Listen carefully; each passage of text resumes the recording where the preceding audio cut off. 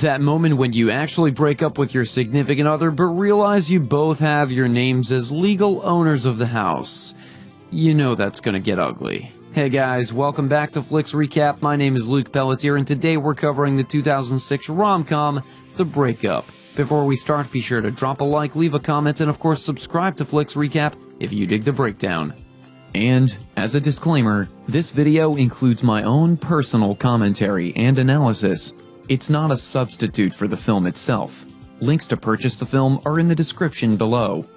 Alright, the movie opens to a scene of a baseball match being played by the Chicago Cubs. We see our protagonist, Gary, and his friend, Johnny, pissed off that their team is losing. However, Gary spots Brooke in the crowd and decides that one way to get her attention would be to give her a hot dog, so he buys her a couple of hot dogs and offers one to her.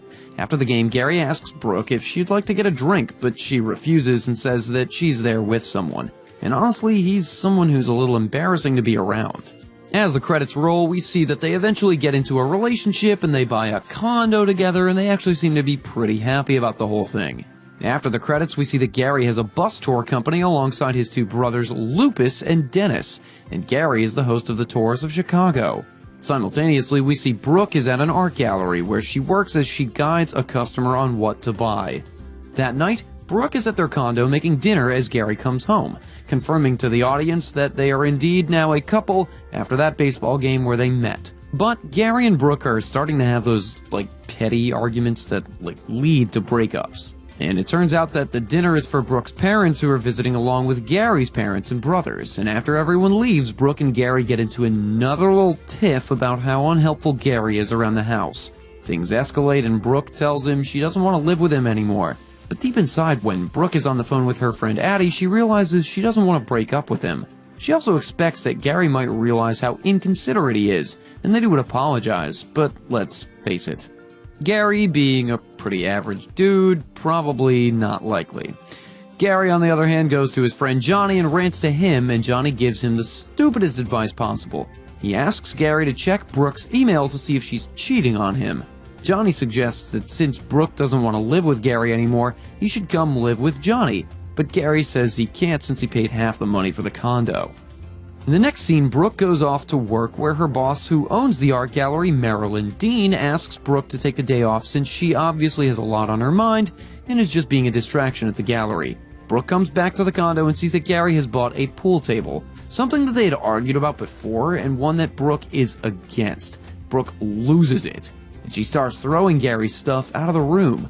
Next, we see Gary going to a bowling alley where he used to play with Brooke, but remembers the time Brooke had him voted off the team to make him feel miserable. Annoyed by the memory, he goes to a nightclub instead with his brother Lupus.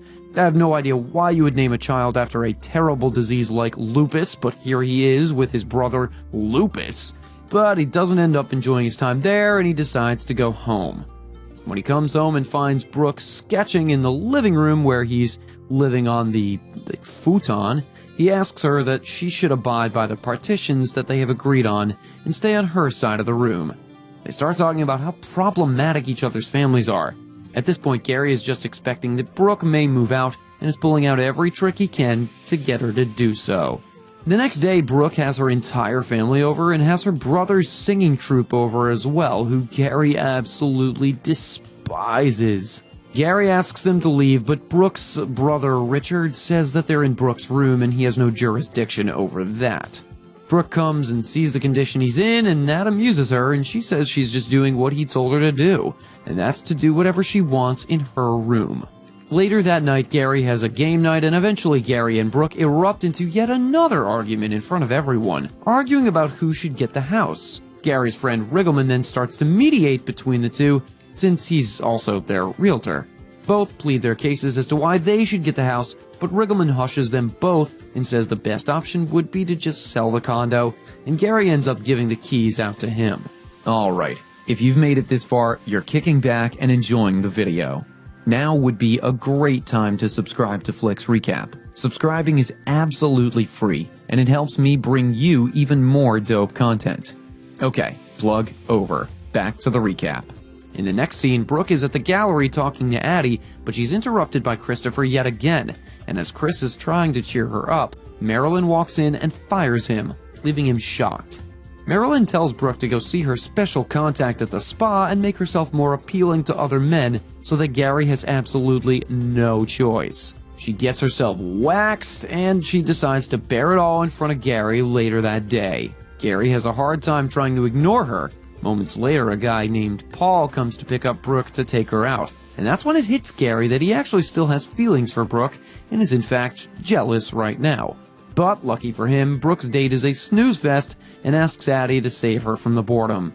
Brooke then tells Addie that they really need to find someone who can make Gary jealous, and thus begins the hunt. The next day, while Gary is working, he talks to Lupus about what happened the night before and starts to come off as being jealous, which he is. Gary's other brother, Dennis, walks in and says that the condo is an asset that should not be sold. Later that night, Brooke has another guy named Mike over to take her on a date, and this one's actually pretty handsome. And Gary can visibly be seen being intimidated by him, and it's kinda sad. But unexpectedly, Mike starts to bond with Gary, and Brooke is left baffled. However, they still end up going on the date, and to combat being alone, Gary calls Lupus for a poker night and tells him to have some girls come over. Throughout Brooke's date, Mike keeps mentioning what a great guy Gary is, and Mike leaves the date midway. Gary, on the other hand, is busy playing strip poker at home. Later, Brooke comes home to find everyone with barely any clothes on and dancing, and she glances at Gary with the most disappointed look she could possibly have. And for a moment, it feels like Gary is guilty, and it seems like a pretty heartbreaking moment. The next day, Brooke wakes up to Riggleman's call, who tells her he has great news. Brooke goes to see Gary, who's passed out, and leaves him a note saying condos sold out in 2 weeks. At the gallery, a customer asks Brooke out, but she refuses, saying she has a boyfriend. Brooke and Side by Side realize how she isn't really happy with the whole situation. She goes home and talks to Gary, and she asks him out to an old 97 show.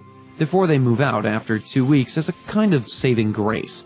Brooke reaches the venue and she waits for Gary. However, as she's waiting, Gary doesn't show up, and that breaks her heart, and she leaves. Later that night, Gary goes to talk to Brooke, who's in her room crying and upset.